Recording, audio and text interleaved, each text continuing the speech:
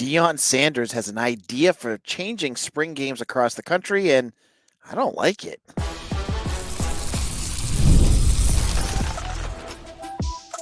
You are Locked On Boston College, your daily podcast on the Boston College Eagles.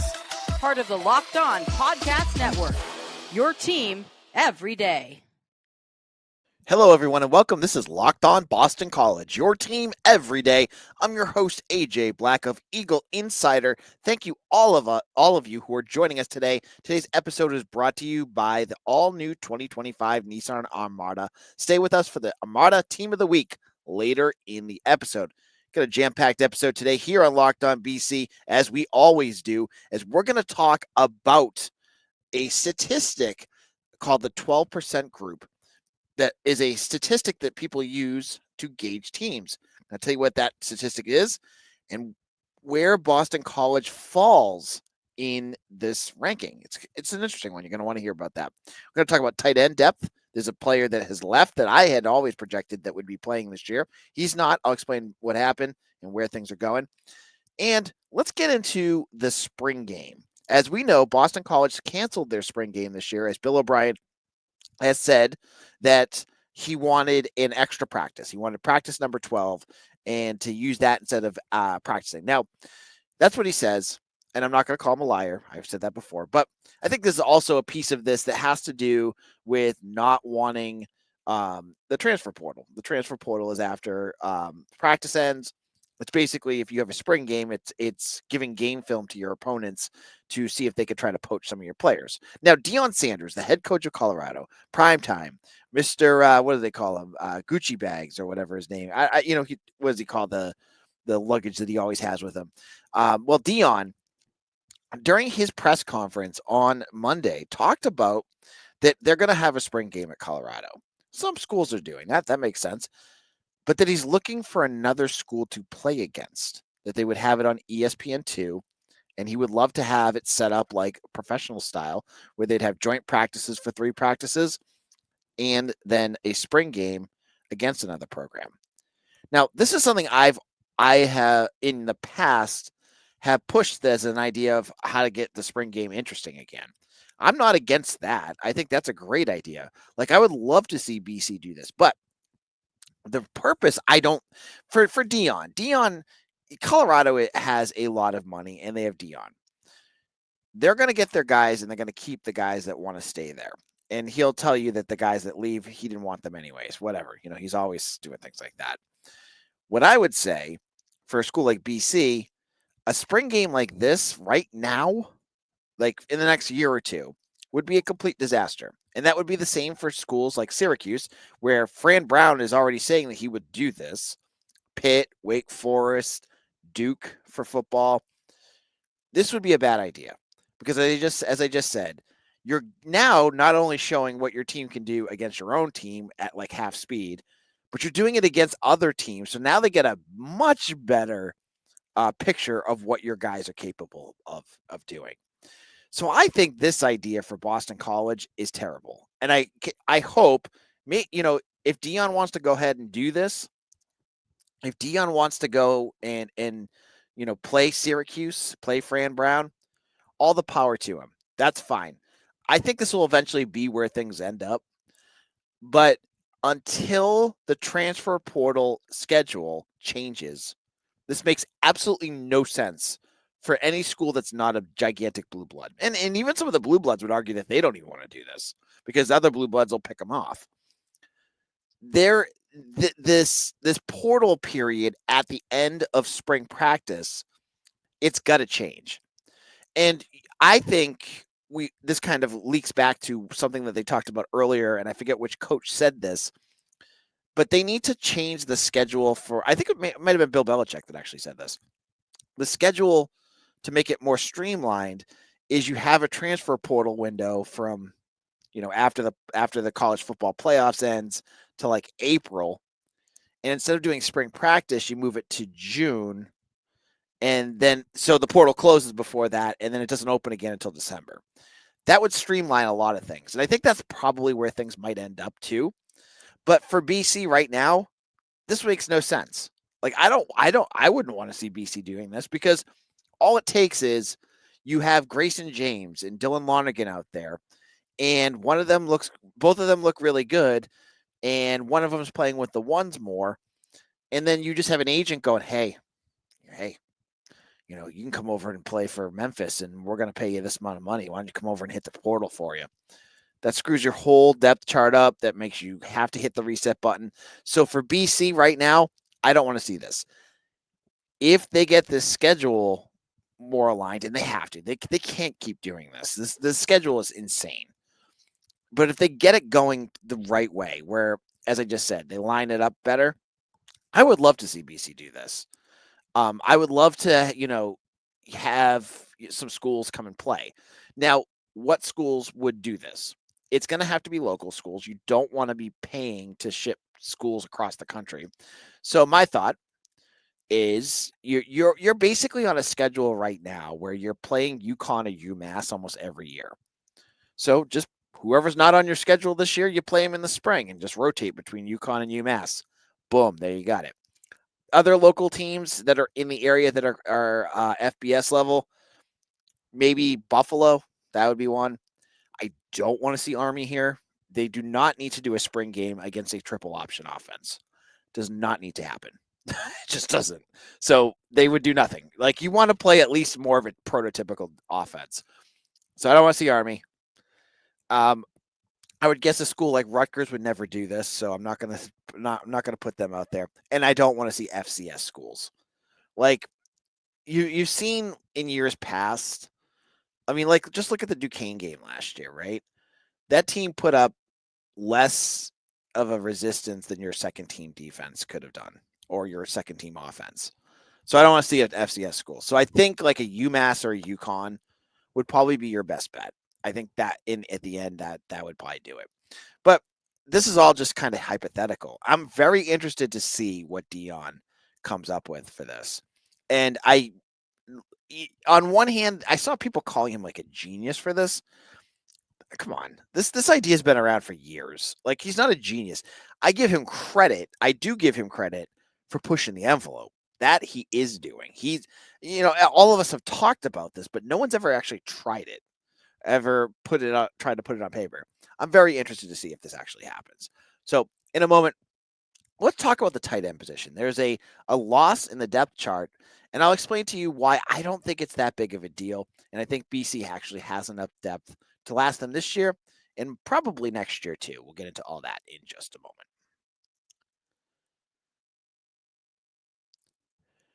The Armada Team of the Week is brought to you by our friends at Nissan and the all-new 2025 Nissan Armada. Each week, our Locked On College basketball experts are picking one team that stands apart. From top-seeded stars to the unexpected upsets, these guys showcased the strength and sheer power needed to push their team forward. This week's Armada's clear-cut team of the week is the Florida Gators. The Gators, led by Walter Clayton, 17 points a game, just dominated the SEC tournament, winning each game by at least 9 points. Not only did Florida grab the fourth number one seed, but they are the nation's most efficient offense. When it comes to the Nissan Armada, they say go forth and conquer, and that's exactly what the Florida Gators have done here. It's clear that our team of the week is out here ready to conquer the road ahead with confidence, just like you can in the all-new Nissan Armada or any of the Nissan's outstanding vehicles. Take the Nissan Armada, Rogue, or Pathfinder and go find your next big adventure. Shop Nissan USA today. Life moves fast, especially when you have a family. One day you're watching your kids take their first steps, and before you knew it, they're off to college. That's why securing their future is so important. Fabric by Gerber Life makes it simple to get term life insurance that fits your family's needs. With Fabric, you can apply for term life insurance online right from your couch. You can be covered in under 10 minutes. In many cases, no health exam is required. As a parent, I want to make sure my kids are financially protected no matter what. And Fabric gives me that peace of mind. Fabric also offers free digital wills and access to investment accounts to help you plan for your children's future. So join the thousands of parents who trust Fabric to help protect their families. Apply today in just minutes at meetfabric.com/lockedoncollege. That's meetfabric, MEET. So meetfabric.com/lockedoncollege. Policies issued by Western and Southern Life Insurance Company, not available in certain states. Prices subject to underwriting and health questions.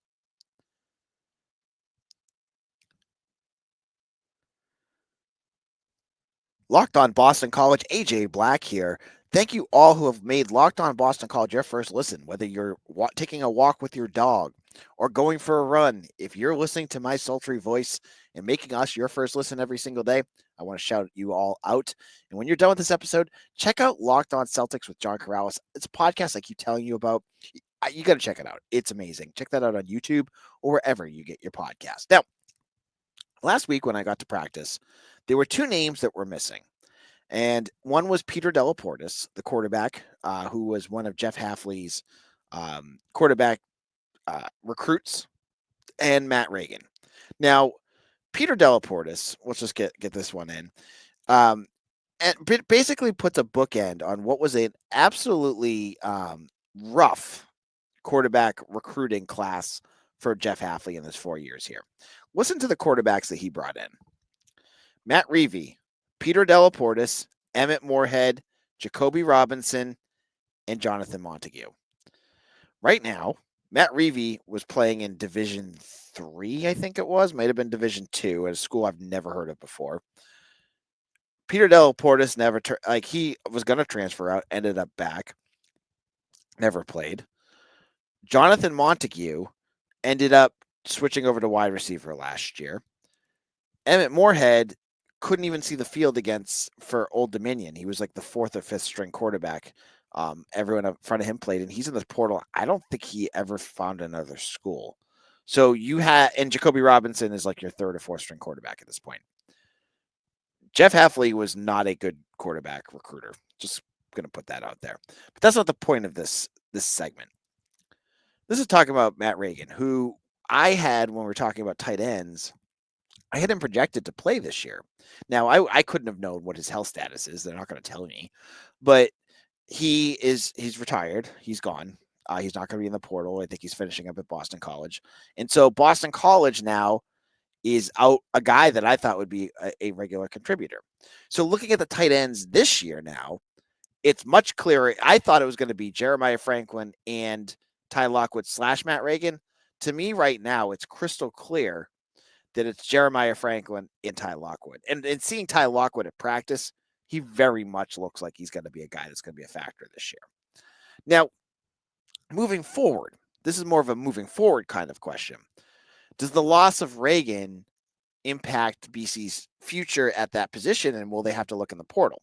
Remember, after this season, they're going to lose Jeremiah Franklin. So then you'd have Ty Lockwood, and who knows? That could be Ryan Boltwood, who I got to say looks a lot bigger this year. I don't know.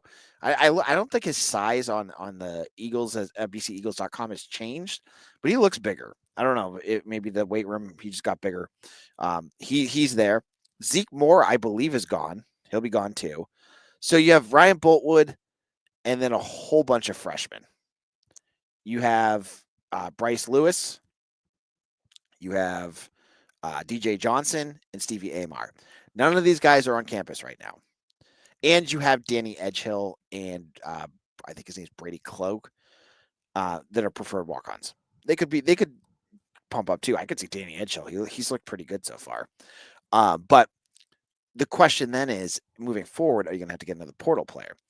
I got to think going into next year that for like the fifth or sixth straight year, seventh straight year, you're going to have to get another tight end because these guys could, but you have three freshmen and then a JUCO transfer that hasn't played yet. You might want, if you could find somebody who's more of a veteran, like Kamari Morales was a perfect example of this, right? Like a guy who's played a whole bunch. I mean, Kamari Morales isn't the flashiest player in the world, but he did exactly what you needed him to. I would think a guy like that would be perfect next year. Then, moving forward, I think you'll be fine because you'd be on year 3 of those freshmen. You'd have, that would be juniors at that, or redshirt sophomores at that point. You'd have enough guys that would do it. I think next year, I would be a little bit more concerned about what you have and then have to address that in the portal. So those are just my thoughts about a position that got hit a little bit. Injuries are going to happen. We've seen guys get hurt, and I think when you're looking at depth after this spring, I really wouldn't expect them to do it in the spring portal. I mean, right now, for you folks that are asking about it, because you guys keep asking me, are they going to be active in the portal? I would say no for two reasons. Okay. A, Bill O'Brien has been touting, and for good reason. I think it's based off the culture that he has, that only 3 players have really entered the portal. That's like the non-graduate students, right? Guys that have chosen to leave. Like I think of like Ryan Turner as one. But I mean, based off of everything I've heard and the sense I get, this team is a tight knit team. These guys are not just going to leave. So I don't expect the spring to have that much movement. Now, I'm not naive, and I'm not going to say that like no players are going to enter the portal. There may be a player or two, or maybe 3. I don't know, a couple guys that are going to see what their spot is next year and or get a better feel of it. Maybe I think they do like exit interviews and not be happy about that. That could happen, but I don't expect that to be big. And if that does, that goes to part 2, which is their roster is, I think, pretty close to like, if not completely full, very, very close to it. And with the house settlement potentially capping numbers and making it really difficult, I don't see them being very active in the portal unless there were more players that left. And honestly, tight end, maybe that could be a position that they look at. But like I mentioned before, like inside linebacker, there's a bunch of guys that O'Brien said that are out. I'm not sure what their health status is going to be, but that could be something. Offensive line, if they're not happy with the way things are progressing, there's a bunch of different options that they have here. And remember, there's summer enrollees coming too. Tommy Matheson and Michael, a offensive lineman from Princeton, and Michael Bumpus, a defensive tackle from Brown, are both coming this summer. So there's a little bit that are not there yet that are going to be coming this summer too. So tight end, I feel like it's okay. You might want to adjust it at some point, but that I honestly think that could probably wait until the winter, but it's up to them to see if they feel comfortable with their tight end position. Now, in our final segment, I want to go over a statistic that came up that I thought was really interesting. It shows really how good BC's coaching was last year, and I'll explain why that is something we need to look at in just a moment. Scaling your business requires the right expertise at the right time. With Upwork, you can find specialized freelancers in marketing, development, design, and more, experts ready to take your business to the next level.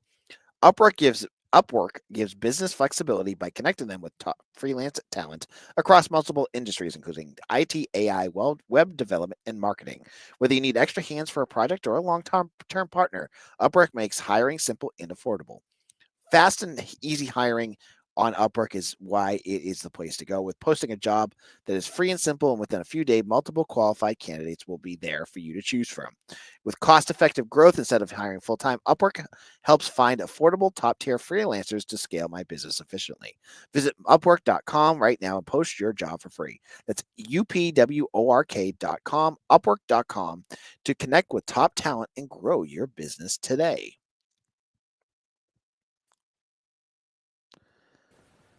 The NCAA tournament is here, and so is the bracket breakdown. Locked On Podcast Network and Amazon Fire TV channels are teaming up to deliver NCAA tournament coverage like never before. Watch studio shows featuring former players and Locked On's local experts as they guide you through every upset, buzzer beater, and bracket matchup. Stream it all for free on Amazon Fire TV channel. Search Bracket Breakdown to see it all for free. It's your team every day.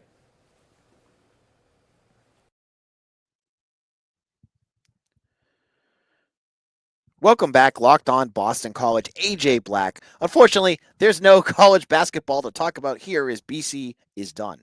Interestingly enough, BC women's basketball is in a tournament, the WBIT, I believe it's called, which incredibly in women's college basketball is actually rated higher. Like if you look at the women's NIT and the WBIT, the better schools, like the last 4 in, are in the WBIT, which is crazy because I feel like the NIT has always been that. And the NIT is all like, like really low mid majors. So BC's in this at a 16 and 17 school, and they are playing Villanova. I'm not sure because we haven't had talked to Joanna McNamee in a while. if they have two players, Kayla Ivey and Tiana Todd, Tiana Todd's really good, who are both in the portal. I don't know if they're going to play in this. I would guess no. That's a huge blow if they're missing both of them, because that's going to be tough. BC finished the season 16-17, but hey, it's better than what BC men's basketball is doing, right? Well, I wanted to talk a little bit about a statistic that came out that I thought was really interesting. And our friend Parker Fleming, who we've had on this podcast a couple times now, retweeted this. So I want to give him credit for bringing it up to our attention. Now, Johnny Croyle, who I believe is a coach on Iowa State, talked about this rule that they have on their program called the 12% rule.